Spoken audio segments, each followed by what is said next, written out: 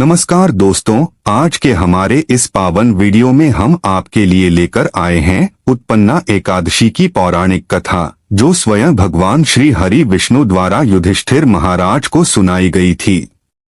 एक समय भगवान श्री कृष्ण और धर्मराज युधिष्ठिर के बीच बड़ा ही दिव्य संवाद हो रहा था। तभी युधिष्ठिर महाराज ने प्रश्न किया, हे भगवान, आप कहते हैं कि सहस्त्र यज्ञ करने से जो फल मिलता है उसकी तुलना भी एकादशी व्रत के फल से नहीं की जा सकती। तो कृपा कर बताएं कि मार्गशीर्ष मास के कृष्ण पक्ष में आने वाली एकादशी इतनी विशेष क्यों है। इस पर भगवान श्री कृष्ण मुस्कुराए और बोले, हे राजन, मार्गशीर्ष महीना देवताओं को भी प्रिय है और उसके कृष्ण पक्ष की एकादशी को उत्पन्ना एकादशी कहा जाता है। इस दिन से भक्तों को एकादशी व्रत का शुभारंभ करना चाहिए। इसके बाद भगवान श्री कृष्ण ने युधिष्ठिर महाराज को इसकी अद्भुत कथा सुनानी प्रारंभ की। सतयुग की कथा। मुर दैत्य का अत्याचार। सतयुग में मूल नाम का एक अत्यंत भयंकर दानव रहता था। अपने बाहुबल और क्रोध के कारण उसने स्वर्ग के राजा इंद्र सहित सभी देवताओं को परास्त कर उनके राज्य पर कब्जा कर लिया था।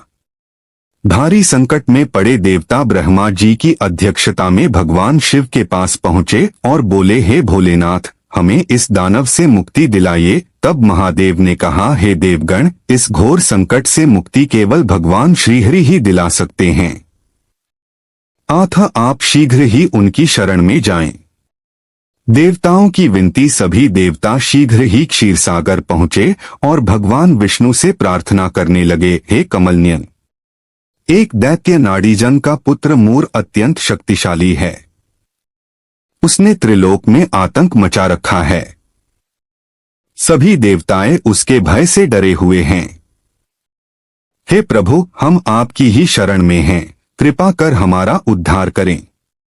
देवताओं की पीड़ा सुनकर भगवान श्रीहरि क्रोधित हो उठे और बोले, हे देवगण, चलिए अभी इसी क्षण हम चंद्रावती नगरी पर आक्रमण करेंगे। भगवान विष्णु और मुर दैत्य का भयंकर युद्ध। जब मुर दैत्य ने देवताओं और भगवान श्रीहरि को अपनी ओर आते देखा तो वह भी गर्जना करता हुआ युद्धभूमि में पहुंचा। भगवान श्रीहरि और मुर दैत्य के बीच भयंकर युद्ध हुआ। मुर दैत्य अपनी माया से बार बार भगवान पर आक्रमण करता और भगवान अपनी दिव्य शक्तियों से उसके हर प्रहार को विफल कर देते। 1000 वर्षों तक यह असाधारण युद्ध चलता रहा। भगवान की दिव्य लीला। लंबे युद्ध के बाद भगवान एक अद्भुत लीला करते हुए अचानक अदृश्य हो गए और बद्रिकाश्रम पहुंचे। वहां उन्होंने हेमवती नामक एक अत्यंत सुंदर गुफा में विश्राम किया। जब मुर दैत्य को पता चला कि भगवान सो रहे हैं तो उसने सोचा, अब यही अवसर है, मैं इन्हें सोते हुए मार डालूंगा। वह तेज गति से गुफा में प्रवेश कर गया। भगवान के शरीर से उत्पन्न दैवी कन्या जैसे ही मुर दैत्य गुफा के भीतर पहुंचा, भगवान विष्णु के दिव्य शरीर से एक अत्यंत तेजस्वी कन्या प्रकट हुई। उसका रूप बिजली के समान चमकदार था और हाथों में दिव्य अस्त्र शस्त्र। उस कन्या ने गरजते हुए मुर दैत्य को युद्ध के लिए ललकारा। मुर दैत्य भी पीछे हटने वाला नहीं था। दोनों के बीच युद्ध प्रारंभ हो गया। क्षण भर में उस दिव्य कन्या ने मुर दैत्य का सिर धड़ से अलग कर दिया और उसका अंत हो गया। भगवान विष्णु का वरदान। मुर दैत्य के मारे जाने के बाद भगवान विष्णु निद्रा से जागे और उस तेजस्वी देवी से पूछा, देवी, आप कौन हैं? इस दैत्य का वध किसने किया? वह विनम्रता से बोली, हे भगवान, मैं आपके ही तेज से उत्पन्न हुई हूं।